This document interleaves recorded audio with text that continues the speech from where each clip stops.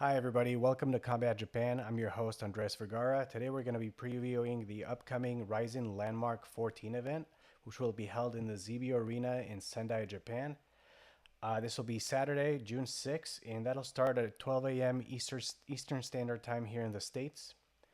Um, just some quick background on RIZIN for those of you that might not be familiar. RIZIN is the premier MMA promotion in Japan. They are the successor of the legendary Pride FC. So that was ran by Nobuyuki Sakakibara, who I believe after Pride was bought by the UFC, had a non-compete clause for several years. And once that lapsed, Sakakibara came out with the first RIZIN event in 2016. I believe you can see here, April 17th, where we had our first RIZIN event. And they've been going on strong ever since then. They've just had their 10-year anniversary, and it's been a lot of fun. You can catch this card and any other card for RIZIN on RIZIN.tv, where you can get a subscription. You can pay it for the full year or on a monthly basis. It's well worth your money. It's a lot more affordable than well, actually, I would say it's probably comparable to the UFC now under the Paramount deal. They still operate under the pay-per-view model, but RIZIN does. But if you have a membership, you get access to all of their pay-per-view, so you don't have to pay per event. But I believe it's maybe $19 a month or something like that. So I highly recommend you get it. All right. So with all that being said, RIZIN Landmark 14. So much like Pride FC, most RIZIN cards are held in a ring. So I have here my little mock-up Pride FC ring with Kazushi Sakuraba and Hoist Gracie. But MMA in a ring is something that's very Japan. It's everybody else has adopted the cage styles, much like the UFC or the PFL or anything you watch. It's kind of a different sport, to be honest, when it's in a ring versus a cage. And what the Landmark series does, it's they put fights in a cage. So this is the one RIZIN event where things are actually um, in a cage, much like the UFC or the MMA we're used to seeing. And we'll get into that in a little bit in the preview here, but that does affect the fight quite a bit, right? Because you can't really push up against the ropes as much. I mean, you can, but you can use it kind of like a wall, like you would in a cage. So what we're gonna do here, I'm going to jump right in, and we're gonna preview the top 5 fights of the card. I just don't have enough time to go through the whole card, but I do recommend you purchase and buy it. Yeah, so we'll switch over here and just start with the fifth match down. Give me one moment here. All right, so starting at lightweight, we're going to have a match between Yusuke Yachi and Isao Kobayashi. Uh, Yachi and Isao are both veterans of the game. They're actually, um, sorry, I'm still haven't, usually before I record these videos, I have an idea of which way I'm leaning. This is just some great matchmaking because honestly, I don't really know which way to lean, but we'll get into that in just a little bit. Yusuke Yachi is 28 and 16. He's had a ton of fights in RIZIN. I believe he's had actually the second most fights in RIZIN with 22 or so. Isao, this will be his RIZIN debut. So prior to competing in RIZIN, Isao had a bunch of fights in Pancrase. In fact, I think he was the featherweight champion back in 2018. He obtained that, and before that, I think he was the lightweight champion for Pancrase as well. But he's never ever competed in RIZIN before, which is kind of a rarity for top of the line Japanese fighters. He had a stint in Bellator, I believe in 2016, and then much later on in 2023, and went 0-3 in Bellator. So not a lot of success there. But he's 27 and 8. And then switching over here to Yusuke Yachi, he's had a ton of fights. We last saw him back in RIZIN 52 against Kyung Pyo Kim, where he had a doctor stoppage. This was a cut that just would not stop bleeding. I think in the second round they just had to call it because it was just like a river of blood. Prior to that, he finished somebody else on this card, Bilal Kai Haga's the next fight after this. He finished him in round 2 via rear naked choke. And yeah, I mean, in terms of performance in RIZIN, Yusuke Yachi's 12 and 9. He hasn't done great. I mean, how many losses does he have? yeah, he has 28 wins, 16 losses. But if you start to look down his like list of losses, I jotted down some of them here. He's losing to like elite level guys. Um, so I'm just gonna read off some of the ones that he's has, some of the losses he has. One is to Taisei Sakuraba, so Sakuraba Jr. He's lost to Satoshi D'Souza twice, the former lightweight champion of RIZIN. He's lost to Mikuro Sakura, I believe by decision. Johnny Case, Clever Kloike, and Volkanovski. So he actually fought Volkanovski and lost to him. But I I tend to think that the level of opposition he's faced compared to somebody like Isao, who was mainly in Pancrase, is much higher. In addition to that, he's been a lot more active, right? So if you look at up and down his record, I think he had uh, four fights in 2024, uh, one fight in 25, and he's had one in 26 back in March, back in RIZIN 52 when he got stopped because of the cut. Compare that to Isao, he took some time off, right? So I think after his Bellator stint, he let's see here. Isao lost in Bellator to Yves Landu in 2023, and then he didn't fight again at all until 2025. So almost a year and a half later in Pancrase, and he had a loss there in round one, and then followed up by another loss in 2025. And prior to the Bellator loss, he did have a win in Pancrase, but that was in 2021. So he's like taking year and a half to 2 year breaks, and he's on a 3 fight losing streak. That being said, he only has 8 losses versus, um, you know, Yachi's 16.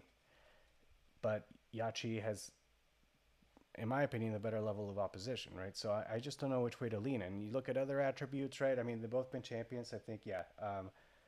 Yachi was a Shuto featherweight champion back in 2012. They're both, correct, 30 plus fights each. Their age is very similar.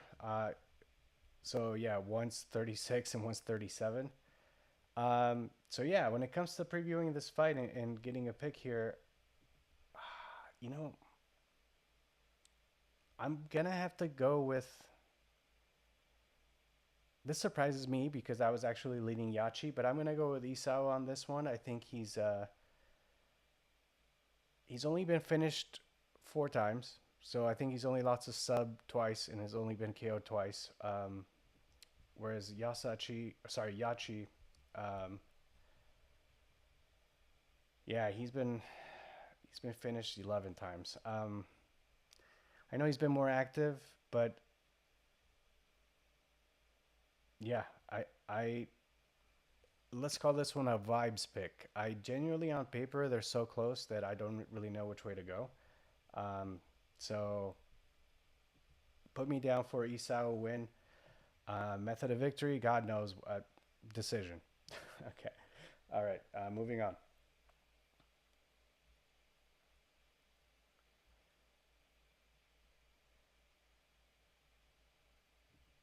All right, so now we have a 71 kg bout between the Black Panther Bay Noah and Bilal Kai Haga.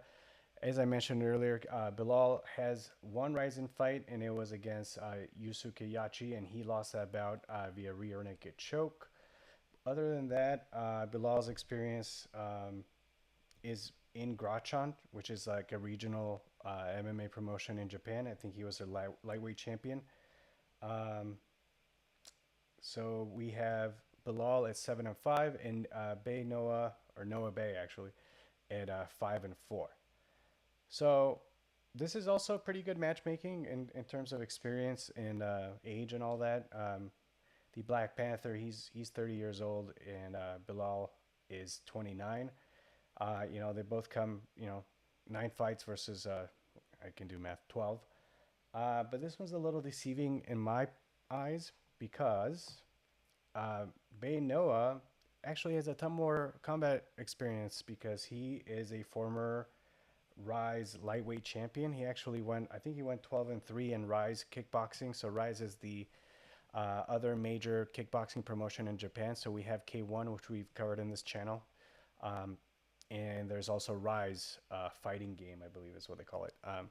And you know, they have top of the line guys there too. They had Tenshin Nakasawa be a big star for Rise. And Beinoa was good enough to win a championship there. So he has a lot more striking experience. Whereas I believe Bilal, all his finishes are via sub or decision, so he's never KO'd anybody. In Grachan, being a champion in any organization is awesome, but it is more of a regional thing, whereas Rise is kind of more of an elite type of league. All that being said, Noah Bay, man, he had kind of a rough start. He started a 3-3 in Ryzen, not great. Had a 2-fight stint back in the LFA where he won. Um, yeah, I think I'm gonna go with the Black Panther on this one, just due to the experience and the fact that just level of opposition has probably been a lot higher. So we'll go with Bay Noah via feeling a second round finish. Right, moving on. All right, the big boys. Okay. So we have here a heavyweight bout between Ryo Sakai and Taka Kenshin. Ryo Sakai is 15-14, so about a 500 record, slightly better than 500, and Taka Kenshin is 3-4, um, so less than 500. This one is very interesting to me in particular because, as you can tell from the name of the name of the channel, some of the decorations I have here, I'm a big sumo guy. I love watching sumo. Grand Sumo is one of my favorite things in the world. And Taka Kenshin was a former sumo wrestler in Grand Sumo. He actually made it all the way to Makuuchi, which is the highest Division 1 of Grand Sumo. He made it to the rank of Magashira 10. The Magashira, the way it works, they have like the named ranks, like the top four guys, and they have two sides. They have East and West. So you have Yokozuna, Ozeki, Sekiwake, Komosubi, and then you have the number ranks. So you have Megashira 1, 2, 3, 4, 5, and they just go all the way down until you fill the roster. And they each have a side. There's an East and West for each rank. But anyway, long story short, getting up to that level of sumo, man, is no joke. Like that's a good athlete, man. That's basically like playing in the NFL, right? And like being a starter in the NFL. It's I would say it's that hard to do, right? Because you can't just walk on to Makuuchi division in Grand Sumo. You have to earn your way up the ranks, right? And sumo has all of these other divisions, 6 or 7 divisions that you got to climb up. Um, and in fact, on his way to Division 1, Taka Kenshin actually won a Juryo championship, which is the Division 2. He won a championship, which is called a Yusho. So, sorry, a bit of a tangent, but the way sumo works is you have 15 days of bouts, and whoever gets the best record out of the 15 days wins the whole thing. And if there are any ties, you do a playoff. So anybody that's tied with you, you basically go against each other. You either do some sort of round robin or like a single elimination bracket. And the way you're matched up is according to your rank, right? So like the top guys are going to they're going to be going against guys that are ranked near the top. The bottom guys ranked near the bottom, and you kind of go up and down until you get to about day 11, and they start prioritizing matches based off of who has which record. So anyway, long story short, I'm excited to see what happens here. Let's get back to MMA though. Ryo Sakai has a bunch of experience in Deep. He has one Ryzen fight. I believe he lost to. Oh yeah, they have one person in common that they lost to. Let me just pull that up real quick. Oh, King Edokpolo. Yep. So he is actually 2-0 in Ryzen, and he's beat both Taka Kenshin and Ryo Sakai via stoppage. I think that just looking at some other attributes, right? Let's just start with age, right? Ryo Sakai is 39 years old. Taka Kenshin is 29. So big age gap there, favoring the former sumo wrestler Taka Kenshin. Height. Taka Kenshin is 6'3". Ryo Sakai is 5'11". look, unless you look like Ronnie Coleman or like Arnold in his prime and you're 5'11", you probably shouldn't be a heavyweight, in my opinion. I think, like a 6'3" person totally makes sense. I'm just saying, I'm 5'11". So if I was a heavyweight, I would have to either be extremely jacked or, kind of a little, a little out of shape. Um, but with all that being said, we have Taka Kenshin coming off of a 2-win streak. We last saw him in RIZIN Landmark 14 in Kobe, which was another caged event against Max Yoshida. That was a stoppage in the round one. And before that, he won Super RIZIN 4 against Masashi Inada via round two stoppage as well. So he's been able to turn it around. I think he had a bit of a rough start, right? So like, I think transitioning from something like sumo to MMA is it's got to be super hard, right? Because sumo, you're training, you're doing all this conditioning and all this training for a moment that lasts maybe 10 seconds tops. Like most matches are over in under 10 seconds. I think anything over 30 seconds is very rare. Anything over a minute, extremely rare. So you're kind of training for this explosive moment, and it all leads up to that. Whereas MMA, I don't know if you've ever sparred or even grappled for a long time, but like it feels like you better have some pretty decent cardio or you're gonna just gas out. So it's kind of like the exact opposite of sumo in terms of like what you're prioritizing. Um, so maybe that might explain Taka Kenshin's early run here in Ryzen. So I mean, he went 0-3 to start, and then didn't get his first win until 2024. It could also be that you're also getting punched in the face, right? I mean, in sumo, you don't have to deal with any of that. But if I were to guess, I mean, for you to be a Makuuchi level wrestler, I think you are a great athlete, right? It's just the wrong kind of, you're prioritizing the wrong attributes, let's say. I do think that ensuring that you don't gas out is probably one of the biggest things that he had to learn. And he's been able to turn it around. So out of his last four, he's 3-1. Um, yeah. So that's all to say. I am picking Taka Kenshin to win this as well. I think his level of opposition has also been greater at Ryzen because Ryo Sakai mostly has fights in Deep, and it's no knock on Deep. I think Deep is probably like the second biggest organization in Japan, and in fact, I think a lot of UFC guys were used to be poached from Deep. Um, but in my opinion, Ryzen is still kind of the top caliber there in the country. So um, if all your fights are in Ryzen and versus somebody that's all their fights are in another organization, I'm gonna maybe favor the experience of somebody that um, has had the higher caliber of opponent.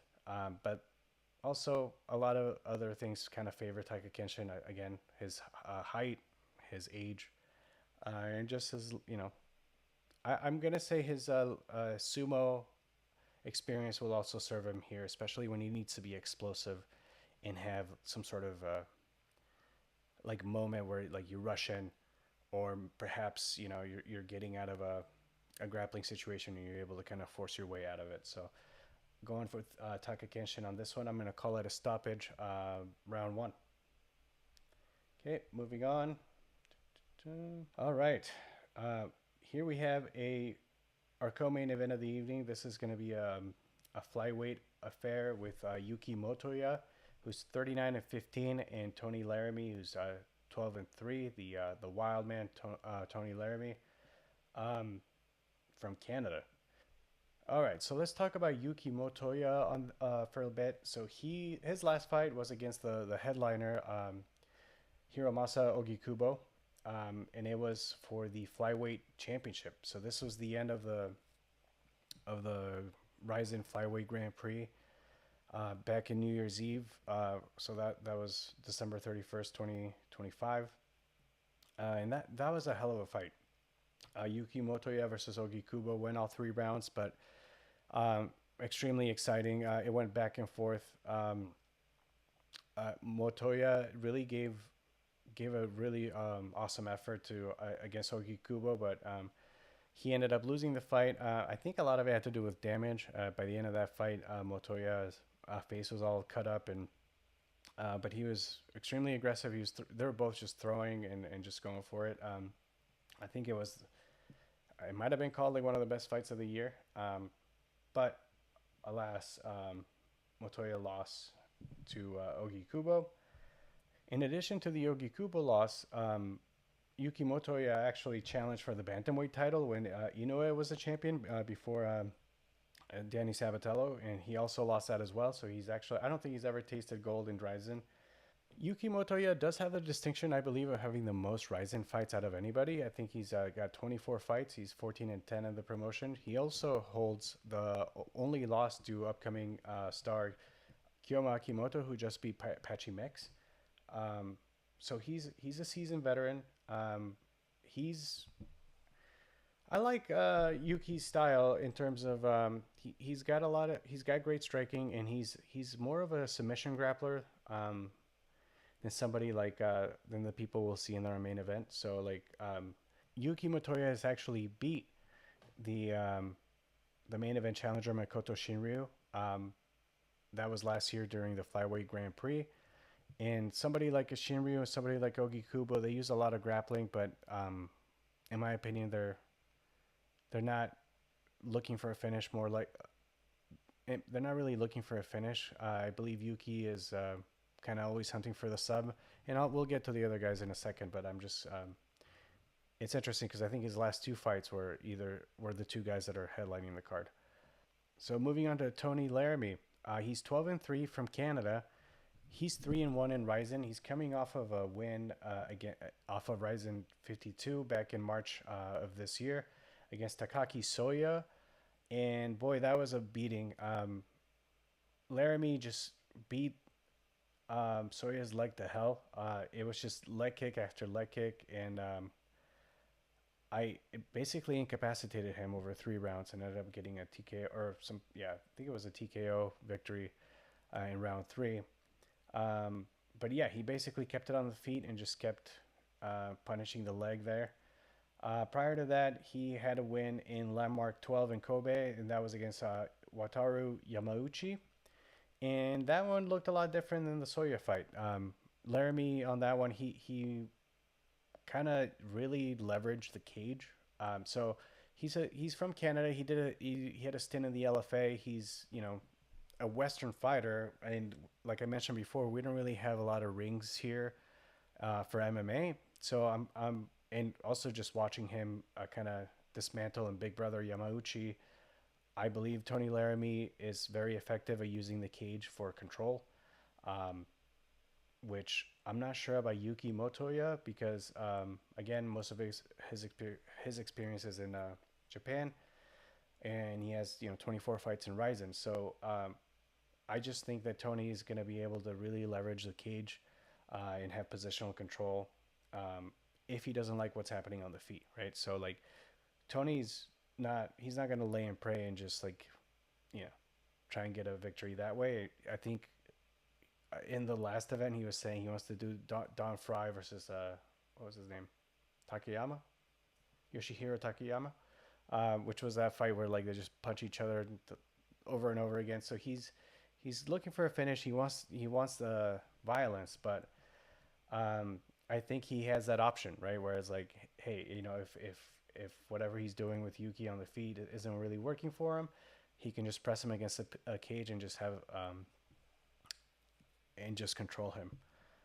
Yuki Motoya has 14 Yuki Motoya has 14 subs. I don't think Tony Laramie has ever been subbed, and he's never won by sub. So yeah, I just given that he's much younger, their age difference, what was it? 27 versus 36. Tony's on the upswing here, bouncing back he's on a 2-win streak. He had a loss to Yuki Ito in RIZIN 50 via decision. I just think given his last performance, and actually given some of his earlier performance in his career, he had a lot more finishes. He only has 1 finish in RIZIN, and then 2 decision wins. I think we're going to see Tony Laramie go all out and take this one. Uh, he can use the cage, he can leverage that, but also he's just nasty on the feet. He has great hair. Look out for that mullet. So uh, I like Yuki Motoya a lot. I think he's a has a lot of experience, but I'm going to go with youth on this one and momentum, which I believe rides on Tony Laramie. Right, and sticking to flyweights here, we go to our main event. We have our Ryzen flyweight champion Hiromasa Ogikubo versus our challenger Makoto Shinryu. All right, so with Hiromasa Ogikubo, he's 30 and 8, and Makoto Shinryu, he's 22 and 5. Uh, we got a big age gap here. Ogikubo is 39 years old, and Shinryu is 25. Uh, Looking at Ogikubo real quick, so he just won the vacant flyweight championship, as I mentioned before, by beating Yuki Motoya in New Year's Eve. Hell of a fight. One criticism for Ogikubo that he gets quite a bit, and I mean it's kind of legitimate, is that he just is a decision merchant.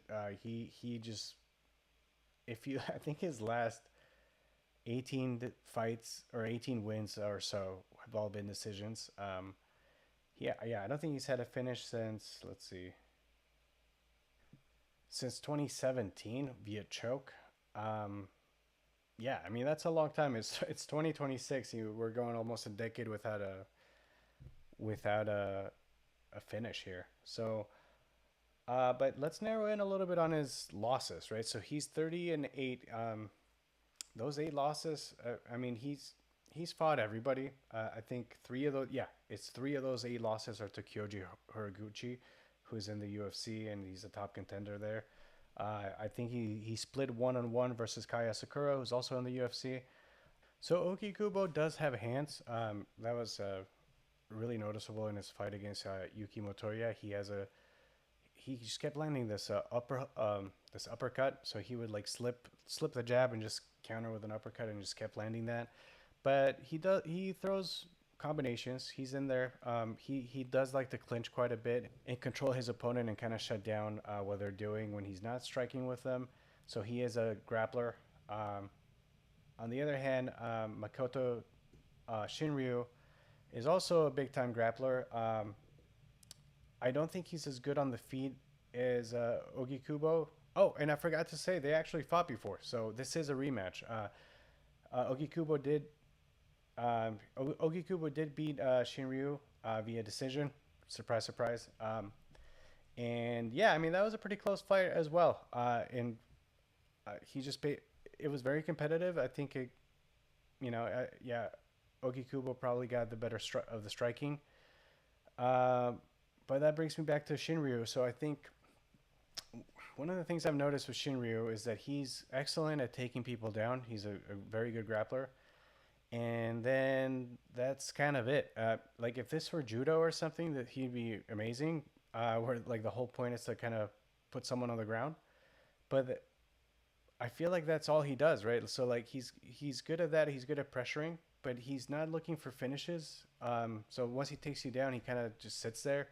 And if he does improve position, he'll do some sort of a ground and pound. But I don't see him hunting for any submissions. In his fight against Yuki Motoya, right, he actually had probably the most advantageous positioning. But Yuki Motoya was actually trying to finish, right? So like when he was on top, Yuki Motoya, I think he tried to guillotine him once or twice. He even tried to put him in a triangle.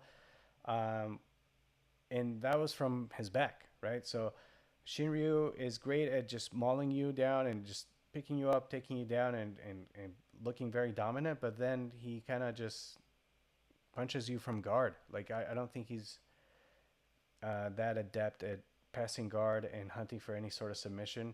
So if you're not, if all you're doing is taking people down and controlling them, and that's kind of it, you're not really trying to finish. I mean, I don't really know, one, how exciting that is, and two, just how successful you'll be. But hey, what do I know? That's kind of like Merab Dvalishvili's whole thing, right? So he just brings you up. He lets you get up, takes you down again, and just controls you until they either stand you up or he tries to go for some sort of finish. But more often than not, it ends up being a decision. So that's my one criticism for Shinryu in particular. I feel like he just needs to look for a finish, man. So he's 22-5, like I mentioned, 25 years old. Just looking at some of his losses, though, he does have some really good names on there. So he lost to Matoya via decision in the flyweight Grand Prix. Um, so that was when Yuki went to the finals against Ogi Kubo. Prior to that, he lost a split decision to Shorty Torres. Um, Prior to that, he had the decision loss to Ogi Kubo, which I said was pretty close. That was in RIZIN 14. And prior to that, he lost to Kyoji Horiguchi. So uh, Kyoji, again, just kind of showing how elite he is. You know, he ended up in the UFC. And that was for the inaugural flyweight championship as well. So Makoto Shinryu is a great fighter. Don't get me wrong. And that criticism comes from a 22-5 record, which is incredibly impressive, especially at the level of competition he's been facing. He was a deep flyweight champion, I believe. Yep. And as I mentioned, deep is another MMA promotion in Japan. I, so yeah, I think this will be a competitive match. You'd think, you know, the youth will be on his side. Obviously, you know, you have almost a 15-year gap in between these guys. Um, but Ogi Kubo is tricky, man. He knows how to outpoint you because that's what he's been doing since 2019. Um, so this one I'm a little torn. I think Ogi Kubo is gonna take it via decision. Uh, that's that's where I would put my money. But I'm kind of rooting for Shinryu. Um, so we'll call it a Nogi Kubo decision victory, and he will remain the Ryzen flyweight champion after Saturday night. Okay, and I think that's it. Yep. All right. Okay, so that is kind of a quick rundown of my picks for the upcoming Ryzen Landmark 14 card in Sendai. Again, if you get a chance to watch on Ryzen TV, it's pretty easy. They do take a while to. So there's a live broadcast, right? And that'll start at 12 a.m. Eastern Standard Time.